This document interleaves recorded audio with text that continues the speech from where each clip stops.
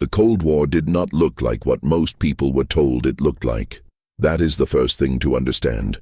The version that entered textbooks and documentaries and political speeches was a carefully managed representation of something far more dangerous, far more fragile, and far more active than the word cold ever suggested.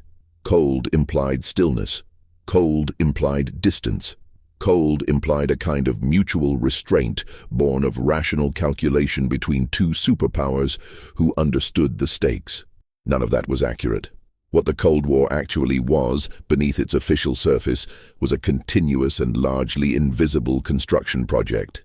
A decades-long effort to build systems, tunnels, command centers, relay networks, early warning installations, and underground cities that were never acknowledged, never debated in public, and in many cases never officially confirmed until years or decades after they had already changed the fundamental nature of human survival on this planet. The infrastructure of the Cold War was not a footnote, it was the war itself. While diplomats exchanged carefully worded statements and generals testified before committees about deterrence and mutual assured destruction, tens of thousands of workers were drilling into mountains, pouring concrete beneath city streets, wiring underground facilities to surface command structures, and constructing the physical architecture of a conflict that was always understood to be temporary right up until the moment it might become permanent. These projects were secret not merely because governments prefer secrecy, though they do. They were secret because the logic of the Cold War required that each side maintain uncertainty in the other about exactly how deep its preparations went, how hardened its command infrastructure was, how many redundancies existed between an initial strike and a functional retaliatory response. The secrecy was structural. It was load-bearing. What gets lost in most accounts of this period is just how much of that infrastructure was designed not to prevent war, but to survive it. Not to stop a nuclear exchange, but to continue functioning through one. The United States and the Soviet Union and their respective allies did not build these facilities because they believed war could be avoided. They built them because they believed war was likely, and they wanted to be the side that still had a functioning government and a chain of command and a surviving nuclear force when the smoke cleared.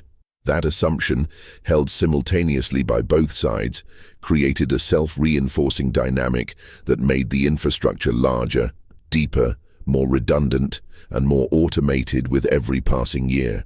The systems were never satisfied. There was always another vulnerability to close, another gap in coverage to fill, another scenario where the existing architecture failed and a new layer needed to be added beneath it. By the time the Cold War ended, the physical infrastructure that had been constructed to fight and survive it was staggering in its scale.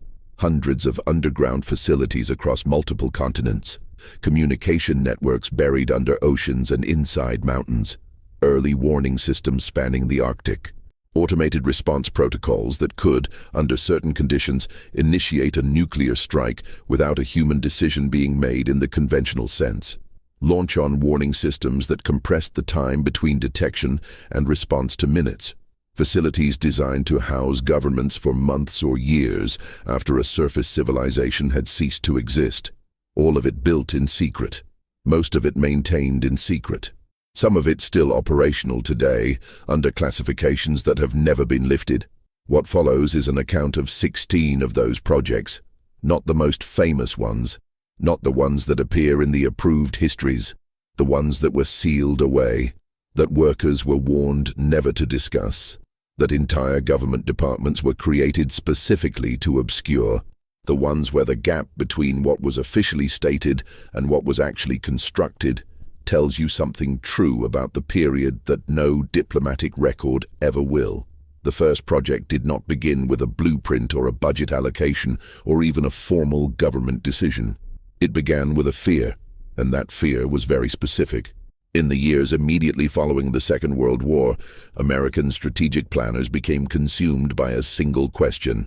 What happened to the government if Washington was destroyed in the opening hours of a nuclear attack? The question was not hypothetical. Soviet bomber capability was developing rapidly, and the targeting logic of any serious first strike would necessarily include the capital. If Washington was gone, and the Pentagon was gone, and the chain of command was severed, what remained? The answer, initially, was nothing coherent.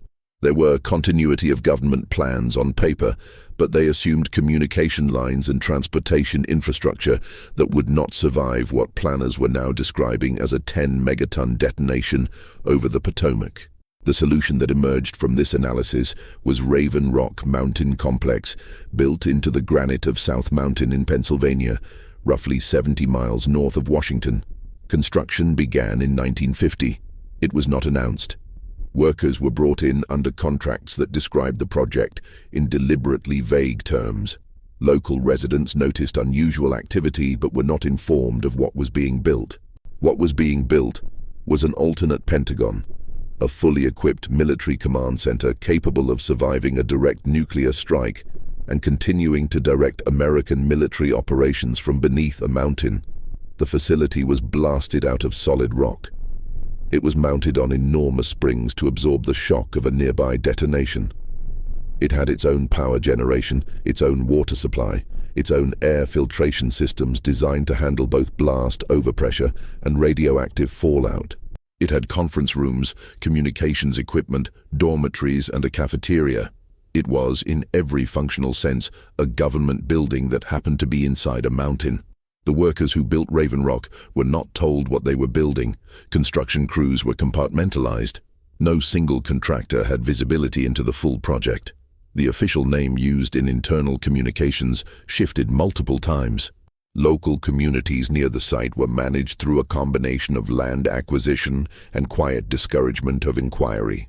The facility became operational in 1953, the same year the Soviet Union tested its first hydrogen bomb, and it has been continuously maintained and upgraded ever since.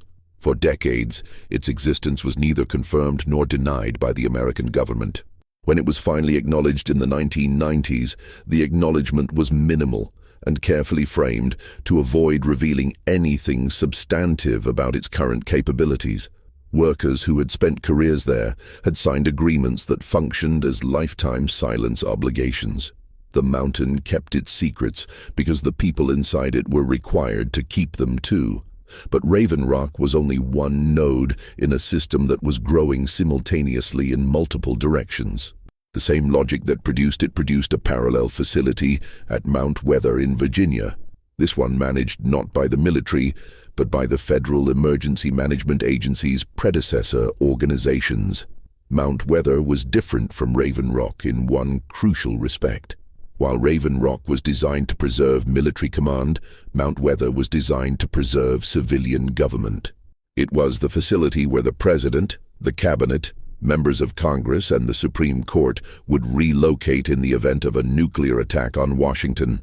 It had all the same physical characteristics as Raven Rock, the same spring-mounted structures, the same independent utilities, the same hardened communications, but its purpose was explicitly governmental rather than military. It was, in effect, a second America, a backup nation, waiting underground. The existence of Mount Weather was one of the most closely held secrets in American government for most of the Cold War.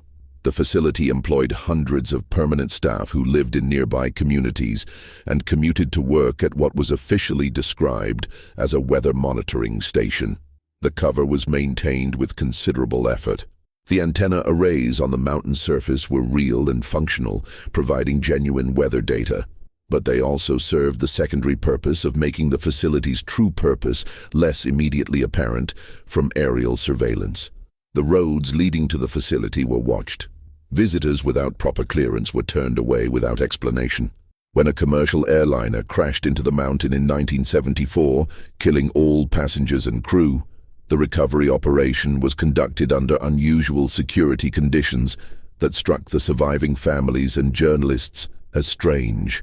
The reason was that the crash site was extremely close to the facility's surface installations, and the government was not prepared to have cameras at that location. What made both Raven Rock and Mount Weather significant beyond their physical existence was what they represented about the Cold War's underlying logic. They were not defensive installations in the conventional sense. They were not designed to prevent an attack. They were designed to make an attack survivable for a specific, predetermined set of people. The decision about who would go underground and who would remain on the surface had already been made, years in advance, in classified documents that were never subject to democratic review. The people who made those decisions did not see them as moral choices. They saw them as operational requirements. Continuity of government was a technical problem, and these facilities were the technical solution. The fact that the solution involved deciding in advance that certain people would survive and others would not was understood, but not discussed. It was the kind of thing that existed in the gap between what a government does and what a government says it does. The second project in this account began not in America but in the Soviet Union, and its scale was of a different order entirely. In the decades following the Second World War, the Soviet leadership became increasingly preoccupied with the vulnerability of Moscow to a nuclear strike. The city was the center of everything: the political apparatus, the military command, the communications infrastructure, the ideological machinery of the entire Soviet state. If Moscow was destroyed, the Soviet Union's ability to function as a coherent entity was uncertain at best. The response to this vulnerability was not a single facility, but a system of facilities, and at its center was something that has come to be known informally as Bunker 42, though that name is a simplification of something considerably more complex. Beginning in the early 1950s, Soviet engineers began constructing a network of deep underground command bunkers beneath Moscow itself. The excavation was conducted using the same workers and some of the same equipment employed in the construction of the Moscow Metro, which provided excellent cover for the unusual amounts of earth-moving activity. Citizens living above the construction zones noticed vibrations and noise, but were told various cover stories about utility infrastructure and metro expansion. The actual purpose of the tunnels being dug beneath their feet was classified at the highest levels of the Soviet state. Workers on the construction crews were drawn from trusted military units and subjected to security protocols that were, by all accounts, extreme. Many were housed in sealed accommodation during the construction period to prevent inadvertent disclosure of what they were seeing. What emerged from this construction was a system of tunnels and chambers at depths ranging from several dozen to several hundred meters below Moscow's surface, connected to the metro system in ways that allowed rapid movement of personnel but were not accessible from the public network. The facilities within this system were hardened against nuclear blast, equipped with independent power and water systems, stocked with food and supplies for extended occupation, and wired into the Soviet military command and communications infrastructure. They were designed for one purpose: to allow the Soviet leadership to continue directing a war after Moscow had been destroyed from above. The full extent of this system was not known in the West during the Cold War. American intelligence agencies had fragmentary information derived from defector accounts and technical intelligence collection, but the precise layout, the number of facilities, and their specific capabilities remained uncertain. After the Soviet Union dissolved, partial information began to emerge, and Russian investigative journalists and researchers began piecing together a picture that was larger and more sophisticated than Western intelligence had estimated. Some of what they found suggested that construction had continued well past Stalin's death, through Khrushchev and Brezhnev and beyond, with each leadership adding to and expanding the system rather than allowing it to stagnate. The bunkers were never simply built and left. They were maintained, upgraded, and expanded across the entire Cold War period as a continuous institutional priority. The third project in this account was built not to survive a nuclear war, but to detect one early enough that a response was possible. It was called the Distant Early Warning Line, known almost universally by its acronym, and it stretched across the top of North America, from Alaska through northern Canada and into Greenland, a chain of radar stations positioned to detect Soviet bombers crossing the Arctic toward American and Canadian cities. The Dew Line, as it came to be known, was constructed in the mid-1950s at extraordinary cost and under extraordinary difficulty. The sites were in some of the most remote and inhospitable terrain on Earth. Supply lines were extended to their absolute limits. Workers endured conditions that were genuinely life-threatening during the Arctic winter months. Construction proceeded under strict security protocols, with workers briefed only on their specific tasks and not on the overall strategic purpose of what they were building. What made the Dew Line particularly significant from a secrecy standpoint was not the existence of the radar stations themselves, which became known relatively quickly to both sides through aerial reconnaissance, but the communications infrastructure that connected them and the command protocols that governed their operation. The stations were designed to transmit warning data through a hardened communications network to NORAD, the North American Aerospace Defense Command, which had its own hardened facility inside Cheyenne Mountain in Colorado. The data flow from detection to command to response was designed to function automatically, with minimal human intervention, because the time available between detection of incoming bombers and their arrival over target cities was measured in hours. As the threat shifted from bombers to intercontinental ballistic missiles, that window compressed dramatically to 30 minutes or less, and the pressure to automate and accelerate the response chain became intense. Cheyenne Mountain itself deserves attention as a construction project. The facility inside the mountain is not, as many people imagine, a single bunker. It is a complex of 15 freestanding steel buildings, each mounted on enormous springs, contained within a cavern blasted from the granite of the Rocky Mountains. The springs are designed to allow the buildings to move independently of the surrounding rock during a nuclear detonation, protecting the equipment and personnel inside from the ground shock that would otherwise destroy them. The cavern itself is sealed by blast doors weighing hundreds of tons that can be closed in response to warning of an incoming strike. The facility has its own power generation, its own water supply, its own fuel reserves, and communication systems that are hardened against the electromagnetic pulse effects that would accompany a nuclear detonation. It was, when completed in the mid-1960s, the most technically sophisticated survival facility ever built, and its construction was accomplished with a level of secrecy that, given its scale, was remarkable. The mountain was there, after all. People could see that something was being built. What they could not see was the interior, and the interior was what mattered. The fourth project begins in the Atlantic Ocean, beneath it, and it connects to one of the least discussed and most consequential technological programs of the entire Cold War. In the 1950s, American naval researchers began developing what would become the Sound Surveillance System, a network of hydrophone arrays installed on the floor of the Atlantic and Pacific Oceans, designed to detect and track Soviet submarines. The system was given the name SOSUS, and its existence was classified for decades. The hydrophones were connected by undersea cables to shore stations, where teams of trained analysts listened to the sounds of the deep ocean and worked to identify, categorize, and track the acoustic signatures of Soviet submarines operating in American defensive waters.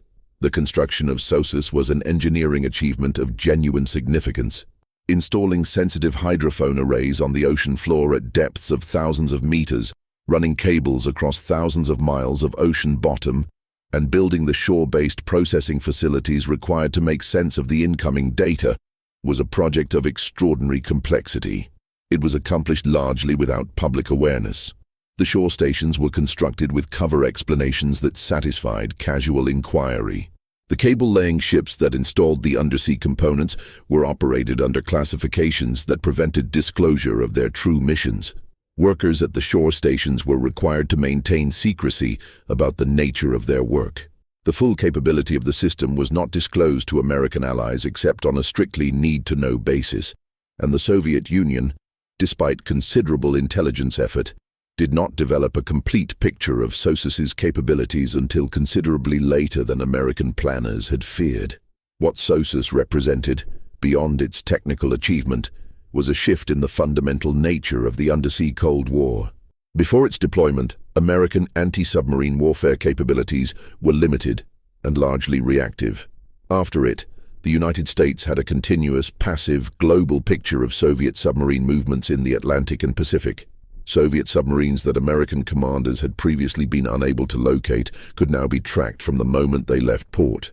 The strategic implications were profound and deeply unsettling to Soviet naval planners when they eventually pieced together what the Americans had built. The knowledge that their submarine-based nuclear deterrent might be far more vulnerable than they had assumed created pressure to develop quieter submarines and to operate in ways that reduced their acoustic signature, initiating a technological competition that continued throughout the Cold War and beyond. The fifth project was built not to detect Soviet forces, but to communicate with American ones, specifically with American submarines carrying ballistic missiles, which by the early 1960s had become a central component of the American nuclear deterrent. The problem was fundamental. Radio waves do not penetrate seawater at the frequencies normally used for military communications. A submarine running deep and silent to avoid detection was also, by necessity, cut off from the communications infrastructure that was supposed to direct its use. Various technical solutions were developed and deployed to address this problem, but the one that required the most remarkable infrastructure was a system called Project Sanguine, which was later scaled down and renamed Project ELF for extremely low frequency. The physics of ELF communications are straightforward in principle and deeply challenging in practice. Radio waves at extremely low frequencies, in the range of 70 to 80 Hz, can penetrate seawater to depths that allow submarines operating in a realistic tactical posture to receive them. The problem is that generating a useful signal at those frequencies requires an antenna of enormous physical size. The wavelength of an ELF signal is on the order of several thousand kilometers, and generating a strong signal requires an antenna whose dimensions are a significant fraction of that wavelength. The original Project Sanguine proposal called for an antenna grid covering a substantial portion of the upper Midwest, with cables buried in the bedrock, creating an antenna system of literally continental dimensions. This proposal was not implemented in its original form. The scale was too large, the cost too high, and the public reaction in the regions where it would have been constructed was, once any information leaked, strongly negative. What was eventually built was a reduced version, 2 facilities in Michigan and Wisconsin, each using the underlying rock formations as part of the antenna system, capable of transmitting short, coded messages to submerged submarines. The facilities were operational from the early 1980s and were maintained with strict security for their operational lifetime. They could not send complex messages at useful data rates. What they could do was send a signal that told a submarine crew to come to communications depth, to receive further instructions, or under certain protocols, to proceed to action. The simplicity of the message they were designed to convey was itself a reflection of what the Cold War had become, a system designed to initiate enormous consequences from the smallest possible input. The sixth project existed not beneath mountains or oceans, but inside the administrative architecture of the American government itself, and it was, in some ways, more consequential than any of the physical facilities described so far. It was called the Continuity of Government Program, and it was a systematic effort to ensure that if the American government was decapitated in a nuclear strike, a successor government with legitimate authority could continue to function and, crucially, could continue to control the nuclear arsenal. The program had physical components, the facilities already described, but it also had procedural and institutional components that were arguably more significant. Lists of successors were maintained and updated. Pre-positioned officials were stationed at dispersed locations during times of heightened tension. Communications protocols were established and rehearsed in exercises that were themselves classified. What made the Continuity of Government program remarkable from a historical standpoint was how far it extended the concept of legitimate authority. The normal constitutional line of succession was not, under the most extreme scenarios planners were examining, guaranteed to produce a surviving individual with legitimate authority to control the nuclear arsenal within the time frame available after an attack. Planners began examining questions that had no comfortable constitutional answers. Who could authorize a nuclear launch if the president, the vice president, the speaker of the House, and the senior members of the cabinet were all dead? What documents, pre-signed, pre-authorized, constituted legitimate command authority in the absence of any surviving official?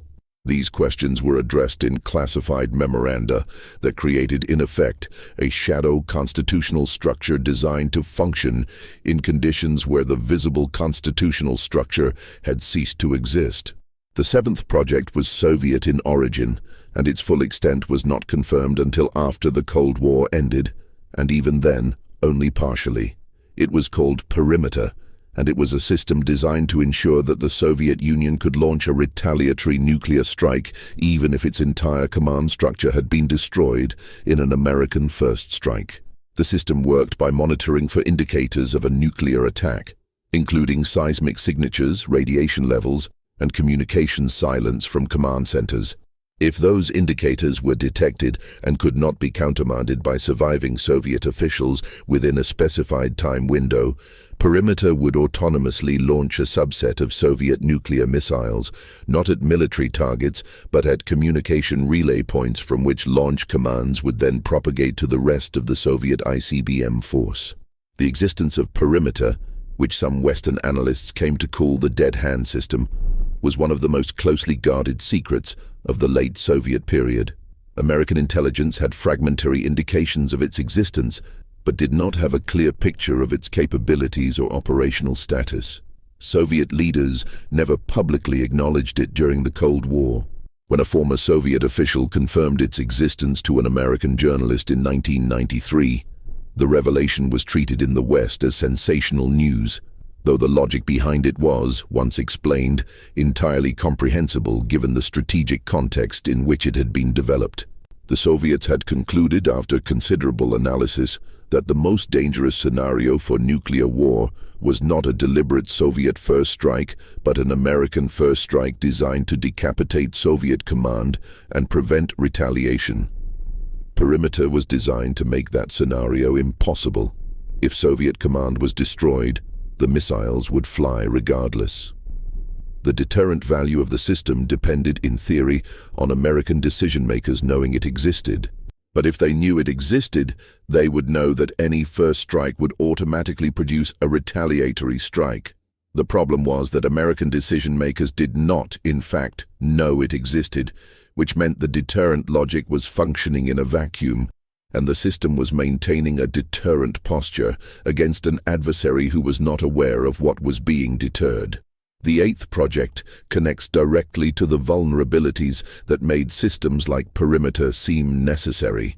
From the mid-1950s onward, both superpowers invested heavily in the hardening and dispersal of their land-based ballistic missile forces. Fixed missile silos were constructed across the American Great Plains and across the vast interior of the Soviet Union, each designed to withstand the overpressure effects of a nuclear detonation at a specified standoff distance.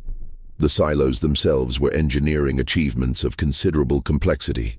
They had to be structurally capable of surviving near-miss nuclear detonations, while also allowing the missiles inside them to be rapidly brought to launch readiness, fueled or pre-fueled, depending on the generation, targeted, and fired. The facilities that supported them, the launch control centers, the communications links, the access roads, the security infrastructure, had to be similarly hardened while remaining functional under conditions of extreme stress. What was less publicly acknowledged was the continuous effort to identify and address the vulnerabilities of this system. Silo-based missiles were, by definition, at fixed, known locations. Satellites had made it possible for each side to map the other's silo fields with considerable precision. As warhead accuracy improved, fixed silos became progressively more vulnerable to being destroyed before their missiles could be launched. This created the strategic problem, sometimes called the window of vulnerability, a period during which a sufficiently accurate first strike might theoretically destroy enough of the opponent's land-based missiles to degrade their retaliatory capability below an acceptable threshold. The American response to this problem included various proposals for mobile basing modes for missiles, some of which were pursued and some of which were studied and abandoned. But the classified analysis that drove these debates was never fully public, and the threat assessments that shaped American policy in the late 1970s and early 1980s were based on data and models that remained classified long after the policy debates were over.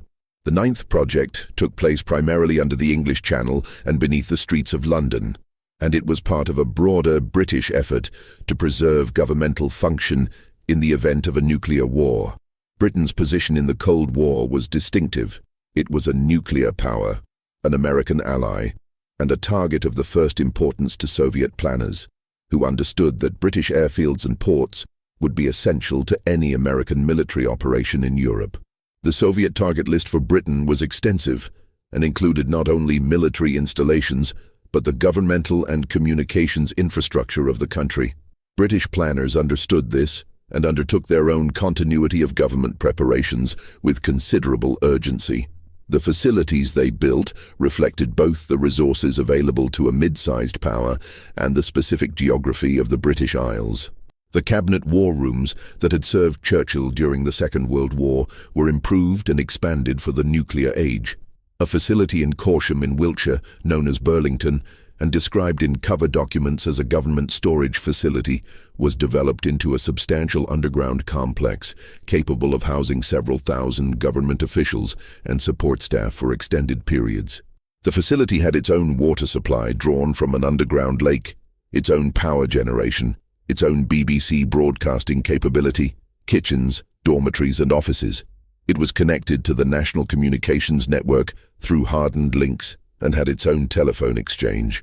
Workers who built and maintained it were required to maintain secrecy about its existence. Local residents in Corsham knew that something unusual occupied the old quarry tunnels beneath their town, but the full nature of what it was remained classified until the government finally acknowledged it in the early 2000s, by which point the facility had been decommissioned. What Burlington represented, beyond its practical function, was the extent to which the Cold War had penetrated the administrative culture of every government involved in it. The decisions required to plan and build such a facility were not made at the level of visible, accountable government. They were made in the classified bureaucratic spaces where strategic planning happened, spaces insulated from democratic oversight, not by conspiracy, but by the genuine belief, held by those making the decisions, that disclosure would undermine the deterrent posture that kept the peace. The logic was circular and self-reinforcing. Secrecy justified itself by pointing to the dangers that secrecy was designed to address. The 10th project begins in West Germany in the 1960s and extends through the underground infrastructure that NATO built across Western Europe to survive a conventional and potentially nuclear Soviet attack. The geography of Western Europe presented NATO planners with a fundamental problem. The most likely axis of a Soviet conventional advance was through the North German plain, the broad lowland corridor that led from the Soviet-controlled east directly toward the Rhine and the industrial heartland of Western Europe. The distances were short, the terrain favorable to armored operations, and the Soviet conventional superiority in the immediate theater was substantial. NATO's doctrine of flexible response required the ability to hold a Soviet conventional advance long enough to either defeat it conventionally or to escalate to nuclear use in a controlled way. Doing this required communications infrastructure that could survive the disruption of a conventional attack. The solution was a network of hardened communications facilities, command posts, and relay stations built into the existing terrain of West Germany, the Netherlands, Belgium, and other NATO countries. Bunkers were constructed beneath existing military installations, government buildings, and in some cases beneath civilian infrastructure. The construction was accomplished under the cover of normal military construction activity, which in post-war West Germany was extensive enough to absorb substantial projects without attracting undue attention. Workers and contractors were subjected to security requirements that prevented them from understanding the full scope of what they were contributing to. The resulting network was, by the 1970s, a substantial parallel communications and command infrastructure that could, in theory, continue to function even as the surface infrastructure it mirrored was being destroyed in combat. What was not discussed openly, then or later, was the extent to which the facilities built to support flexible response also contained pre-positioned nuclear weapons and the command arrangements for their use. NATO had deployed tactical nuclear weapons across Western Europe from the late 1950s onward. The weapons were physically stored in hardened facilities, guarded by American troops and governed by arrangements that combined American custody with Allied authority to use them. The specific locations of these facilities were classified. The procedures governing their use were classified. The exact numbers and types of weapons stored at various locations were classified.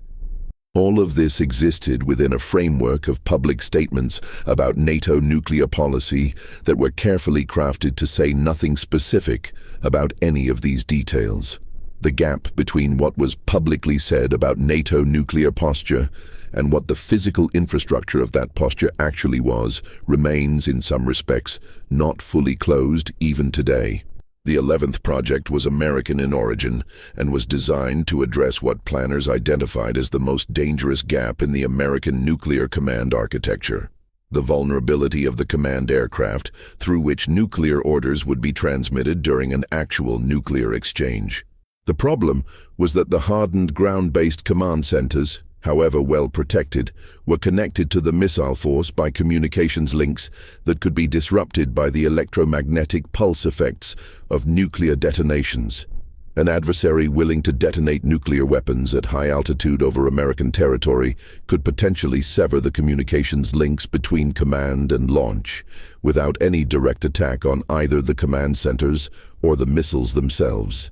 The solution that emerged from this analysis was the Airborne Command Post, an aircraft capable of taking off before or during an attack and maintaining communications with both the National Command Authority and the missile force from a survivable airborne platform. The aircraft and their communication systems were developed under tight security. The operational protocols governing their use were classified at the highest levels. The existence of the Airborne Command Post program became publicly known relatively early because aircraft are visible, but the specific capabilities of the communication systems they carried, the protocols governing their authority to issue launch commands, and the arrangements for transferring command authority to the airborne platform remained classified. What was generally not discussed was the set of scenarios in which the Airborne Command Post might be the only surviving element of the National Command Authority, and what procedures governed its actions in those circumstances. The question of what authority an airborne crew had to initiate nuclear launches without contact with any surviving ground-based official was one of the most sensitive in the entire nuclear command architecture, and the answers to it were buried in documents that have not been fully declassified. The 12th project returns to the Soviet Union and concerns a network of underground facilities that was larger, deeper, and more distributed than anything the Western powers had constructed. Soviet strategic culture, shaped by the experience of the Second World War and the near-catastrophic failures of 1941 and 1942, placed enormous emphasis on redundancy, dispersal, and the ability to continue functioning under conditions of extreme disruption. This cultural disposition, combined with the resources of a centrally planned economy that could direct labor and materials to classified projects without the budgetary transparency required in democratic systems, produced an underground infrastructure of genuinely staggering scale. The most significant element of this infrastructure was a system of deep underground command facilities connected by a network of high-speed rail tunnels that allowed the movement of senior officials and critical personnel between Moscow and other major cities without surface exposure. The existence of this system was known to Western intelligence in general terms, but not in specific detail. The scale of construction implied by the intelligence indicators was, frankly, difficult for Western analysts to accept, because it suggested a level of commitment to survival infrastructure that exceeded what Western democracies had been willing to undertake. The political systems of the Soviet Union and its bloc partners were, in this respect, better suited to the logic of Cold War survival construction than the systems they were competing with. A democracy required justification and accountability for expenditure. A one-party state required neither. The 13th project concerns a set of facilities whose existence was not suspected even in general terms until the Cold War was effectively over. In the final years of the Soviet Union, a biological weapons program of enormous scale was operating under the cover name Biopreparat, employing tens of thousands of scientists and support workers in dozens of facilities across the Soviet Union, producing quantities of weaponized biological agents that vastly exceeded anything the Western intelligence community had estimated. The facilities themselves were constructed as ordinary Soviet scientific and industrial enterprises, with cover stories describing pharmaceutical production or veterinary research or public health monitoring. Workers were told they were engaged in defensive research. The security protocols governing the program were more extensive than those governing most nuclear facilities. Scientists worked on specific technical problems without access to information about the overall program, its scale, or its strategic purpose. What makes Biopreparat significant in the context of secret infrastructure is not the biological agents themselves, but the institutional architecture that sustained the program. The buildings, the laboratories, the production facilities, the storage structures, the testing areas, the waste disposal systems, all of it was built under deep cover, using construction methods and organizational structures designed to prevent any single worker, contractor, or administrator from assembling a complete picture of what was being built. The program operated for decades, with essentially no external oversight, no accountability to any institution that was not itself inside the security apparatus, and no mechanism by which information about its existence could reach any audience capable of acting on it. When a senior scientist defected to the West in 1992 and began describing what he had seen, Western governments were initially reluctant to accept his account because it described something so much larger and more dangerous than their existing intelligence picture that it seemed implausible. It was not implausible, it was accurate.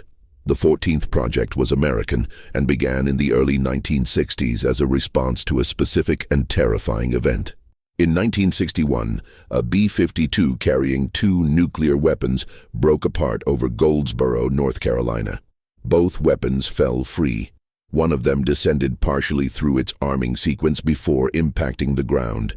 Investigators examining the recovered components found that 3 of the 4 safety mechanisms designed to prevent an accidental detonation had failed.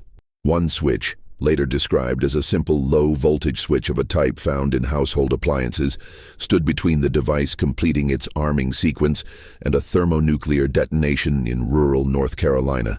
This event was classified immediately and completely. It did not become public knowledge for decades.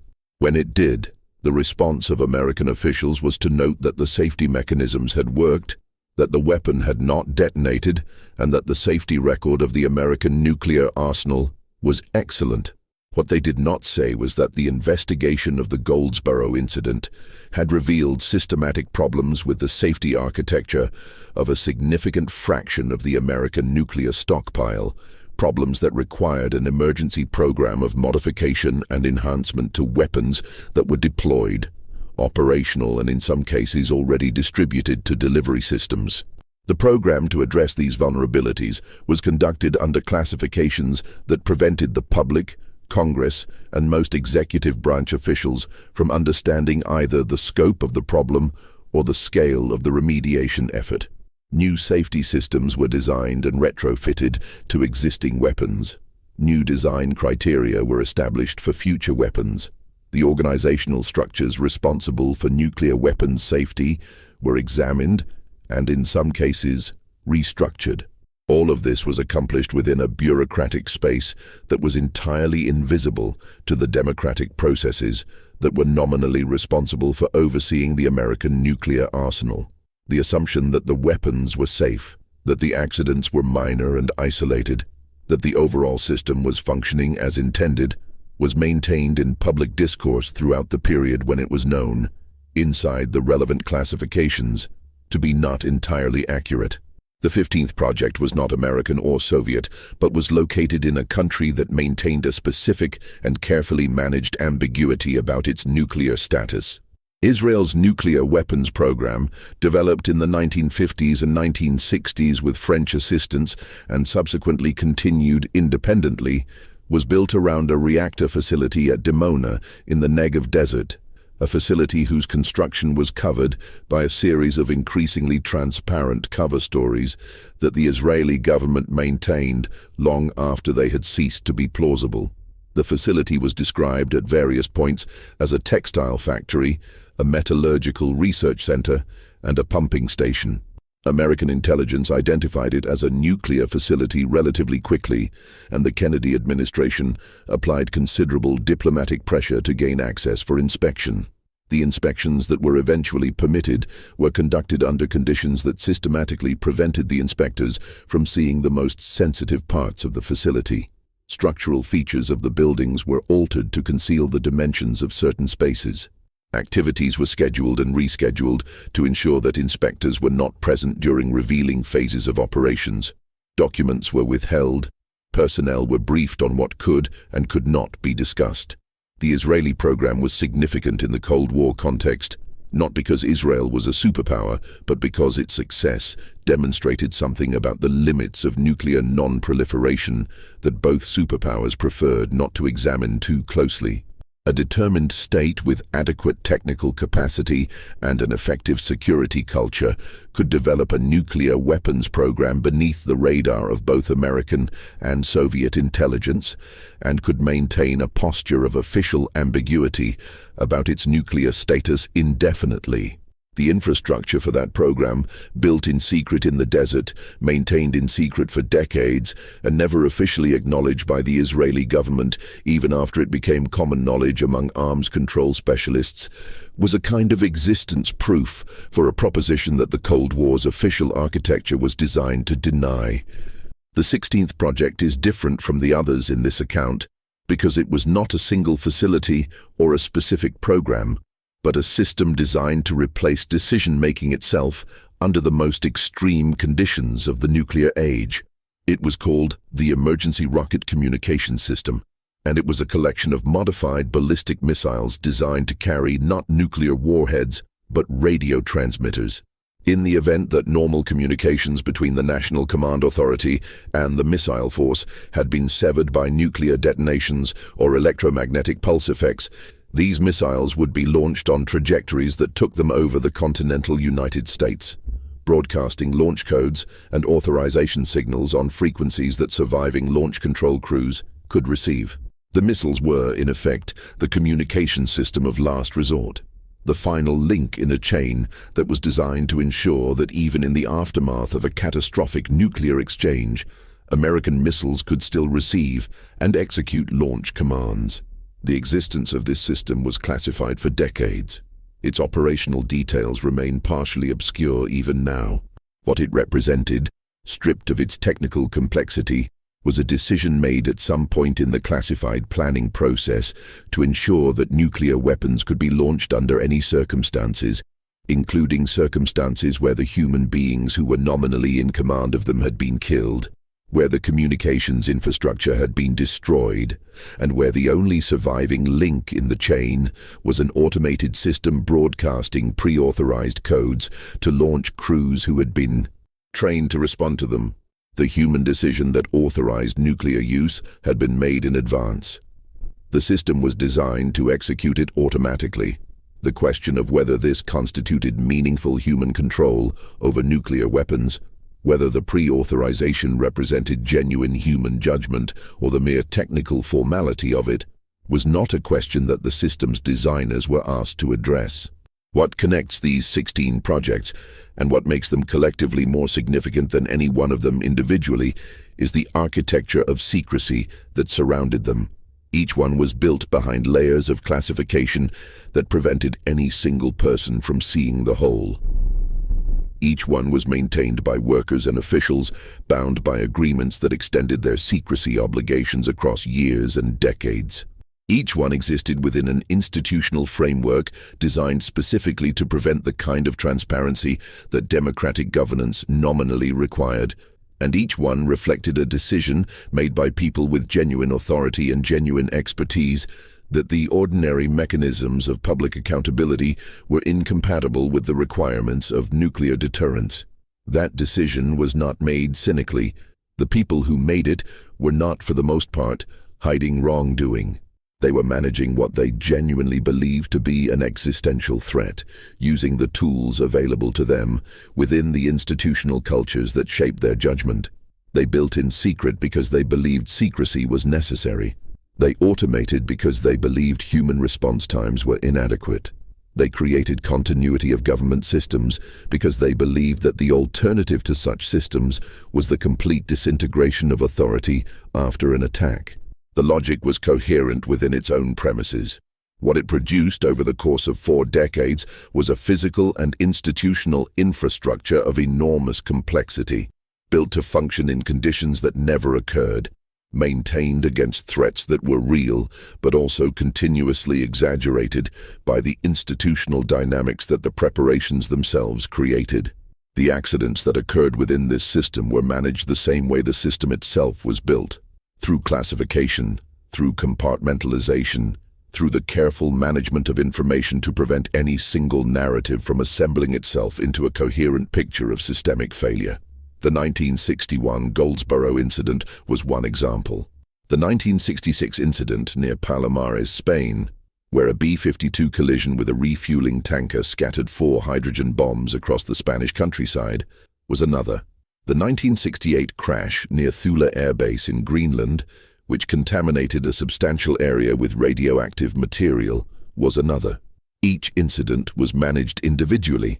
Each was classified to the maximum extent possible. Each was publicly characterized in ways designed to minimize concern about the underlying vulnerabilities it revealed. The pattern of incidents, viewed collectively, told a story about how close the system came repeatedly to outcomes that its designers had considered acceptable risks. That story was never assembled in any public forum. The near miss that came closest to catastrophe in the entire Cold War period was not a mechanical accident, but a perceptual one. In September 1983, a Soviet early warning satellite detected what its systems interpreted as 5 American intercontinental ballistic missiles launched from the United States towards Soviet territory. The officer on duty in the Soviet Early Warning Command Center, a lieutenant colonel named Stanislav Petrov, was required by standing orders to report this detection as a genuine attack through the chain of command, which would have triggered the response procedures leading toward a Soviet retaliatory launch. Petrov instead judged, based on his own assessment of the technical characteristics of the detection and the implausibility of a first strike involving only 5 missiles, that the alert was a false alarm caused by a satellite malfunction. He reported the detection as such, absorbing personal responsibility for the decision. Petrov was correct. The alert was caused by a malfunction in the satellite sensors, which had confused reflections of sunlight off high-altitude clouds with the exhaust plumes of ballistic missiles. But the correctness of his judgment was a function of his personal analysis, conducted in real time, under pressure, in a system that was explicitly designed to minimize individual judgment in favor of procedural response. He had been trained to report, not to analyze. The system had been built to ensure that no single individual could unilaterally prevent a retaliatory launch. Petrov's decision to exercise precisely that individual judgment, and to be correct in doing so, was a departure from the system's design rather than an expression of it. The Soviet government did not publicize the incident. It was classified. Petrov was, by some accounts, officially reprimanded for failing to follow proper procedures. The near miss remained unknown outside a small circle of Soviet officials until years later. 3 weeks after the Petrov incident, NATO conducted a command exercise called Able Archer 83, which simulated the release of nuclear weapons in response to a hypothetical Soviet conventional attack in Europe. The exercise was conducted with an unusual degree of realism, using actual communication protocols and command procedures rather than simplified versions. Soviet intelligence, monitoring Western communications for indicators of a genuine attack, became convinced that Able Archer 83 might be the cover for an actual first strike. Soviet forces in Europe were placed on alert. Nuclear-capable aircraft were brought to elevated readiness. The Soviet leadership, already in a heightened state of anxiety following the Korean Airlines shoot-down in September, interpreted the exercise through a lens of genuine fear rather than analytical detachment. The situation stabilized without incident, but the combination of the Petrov false alarm and the Able Archer misread, both occurring within the same 6-week period in the autumn of 1983, represented the closest the Cold War came to escalating into something irreversible outside the Cuban Missile Crisis of 1962. Neither incident produced any change in the systems that had created them.